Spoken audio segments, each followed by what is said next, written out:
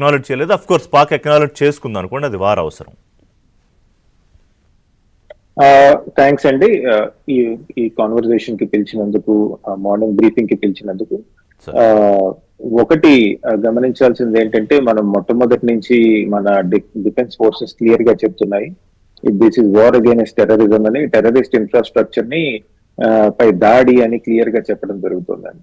Pakistan strategy ఇప్పటి వరకు ఏముండేదంటే, మేము మీ దేశంలో ఉగ్రవాదం చేస్తాము, కానీ మీరు కనుక తిరిగి ప్రతిస్పందిస్తే అది పెద్ద న్యూక్లియర్ వార్ అవుతుంది అని చెప్పడానికి ట్రై చేసిందండి. చాలా దశాబ్దాలు దాని స్ట్రాటజీ అదే. పంజాబ్ ఇన్సర్జెన్సీ సపోర్ట్ చేసినప్పటి నుంచి ఇప్పటి వరకు అటువంటి స్ట్రాటజీని అవలంబిస్తుంది. కొంతవరకు మనం దాన్ని బాల్కోట్ లో దెబ్బతీసాం, అటువంటి ఆలోచన విధానాన్ని. ఏంటంటే, మీరు కనుక ఉగ్రవాదం చేస్తే కనుక మేము వచ్చి మిమ్మల్ని కొడతాం, ఆటోమేటిక్ గా అదేమి న్యూక్లియర్ వార్ కి వెళ్ళదు అని. కానీ ఈసారి మన వాళ్ళు క్లియర్ గా చూపించింది ఏంటంటే, మీరు చేసిన ఉగ్రవాదం చేసిన ప్రతిసారి మేము కేవలం కాశ్మీరు లేదా పాకిస్తాన్ ఆక్యుపైడ్ కాశ్మీర్ లో మేమే ఎటువంటి ఆపరేషన్స్ ఉండవండి, అక్రాస్ ది బోర్డ్ మొత్తం ఇంటర్నేషనల్ బార్డర్ మొత్తాన్ని మేము టార్గెట్ చేయడం జరుగుతుంది అని పెద్ద ఎత్తున చెప్పడం జరిగింది. అలానే ఉగ్రవాద స్థావరాలని దాడి చేయటం జరిగింది. అక్కడ ఉన్న పెద్ద పెద్ద ఉగ్రవాద నాయకుల్ని చంపడం జరిగింది. పెద్ద పెద్ద అనే కంటే దుర్మార్గపు ఉగ్రవాద నాయకుల్ని చంపడం జరిగిందని చెప్పుకోవాలండి. అలా చూసుకుంటే కనుక మనం చెప్పిన ఆబ్జెక్టివ్ ని క్లియర్ గా మనం సాధించడం జరిగిందండి. మిలిటరీ ఆపరేషన్స్ కి క్లియర్ ఆబ్జెక్టివ్స్ ఇవ్వాలి, క్లియర్ ఆబ్జెక్టివ్ అచీవ్ చేయడం జరిగింది.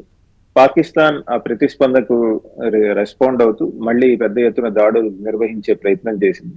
మనం చూసాము, మనం ఇంతకు ముందు కూడా చర్చించాం. చాలా చక్కగా మన ఎయిర్ డిఫెన్స్ అద్భుతంగా పనిచేసిందండి.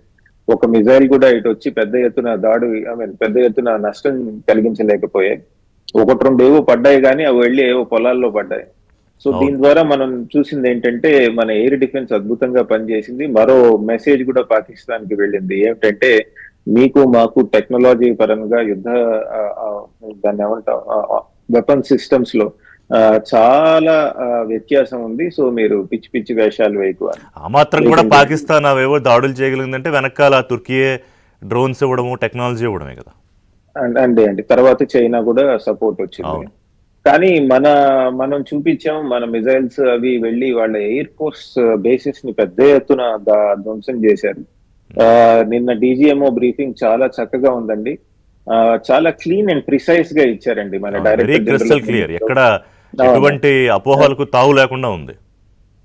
అట్ ది సేమ్ టైం ఎక్కడా కూడా కొద్దిగా అతిశయోక్తితో మాట్లాడినట్టు కూడా కాకుండా చాలా చక్కగా చెప్పారు. ఉదాహరణకి మీరు పాకిస్తాన్ విమానాలు ఎన్ని పేల్చేశారు అంటే చెప్పుకుని ఉండొచ్చు అండి, 10 పేల్చామని చెప్పుకుని ఉండొచ్చు. కానీ అట్లాంటిది కాకుండా ఆయన చక్కగా చెప్పారండి.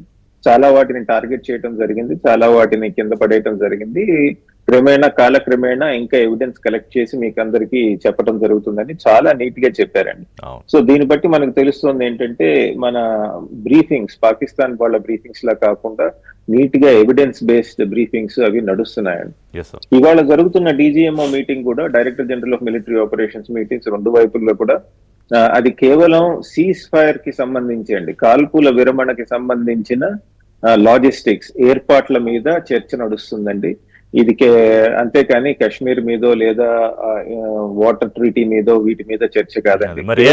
ఉండడానికి అవకాశం లేదు.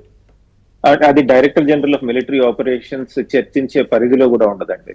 అంటే రెండు director general of military operations మాట్లాడుకుంటున్నారంటే మిలిటరీకి సంబంధించి, సీజ్ ఫైర్ కి సంబంధించి, కాల్పుల విరమణకి సంబంధించే మాట్లాడతారు. కానీ మిగతా అంశాలు మాట్లాడే స్థోమత పరిధి వాళ్ళకు ఉండదు కదా.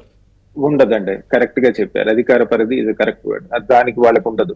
సో కాబట్టి వాళ్ళు మిగతా చర్చించకూడదు కూడా. సో నా ఉద్దేశంలో ఇది ఒక మంచి పరిణామంగానే చూడాలండి. ఎందుకంటే మనకి కావాల్సిన ఆబ్జెక్టివ్స్ మనము సాధించాం. సో ముందు పాకిస్తాన్ బిహేవియర్ మారుతుందా లేదా అని వేచి చూస్తున్నాం. లాస్ట్ పాయింట్, మన ప్రధాని కూడా క్లియర్ గా చెప్పినట్టుంది, మన త్రివిధ దళాల లీడర్స్ తో, army chief, navy chief, air force chief వాళ్ళతో మాట్లాడుతున్నప్పుడు దట్ ఎటువంటి చర్య పాకిస్తాన్ తీసుకున్నా దానికి మీరు పెద్ద ఎత్తున ఫ్రీగా ప్రతిస్పందించని director general of military operations local commanders కూడా ఇదే మెసేజ్ పాస్ ఆన్ చేసినట్టు మనకి వార్తలు వచ్చాయండి. అంటే ఇది ప్రస్తుతానికి కొద్దిగా సీజ్ ఫైర్ ఉన్నప్పటికీ ఇది కొద్దిగా టెన్స్ సీజ్ ఫైర్ అంటారండి, అలా ఉంది. ఉద్రిక్తతో కూరుకున్నటువంటి కాల్పుల విరమణ. సంజయ్ గారు, ఈ ఇంటర్నేషనల్ అఫైర్స్ మాట్లాడే ముందు కల్నల్ రావు గారు, ఒకటి భారత వైమానిక దళం మాట్లాడుతూ చాలా స్పష్టంగా చెప్పింది ఏంటంటే నిన్న ప్రెస్ బ్రీఫింగ్లో, ఆపరేషన్ సింధూర్ కొనసాగుతోంది, it's just a pause or it's just a break అంతే. ఇప్పుడు ఈ సీజ్ ఫైర్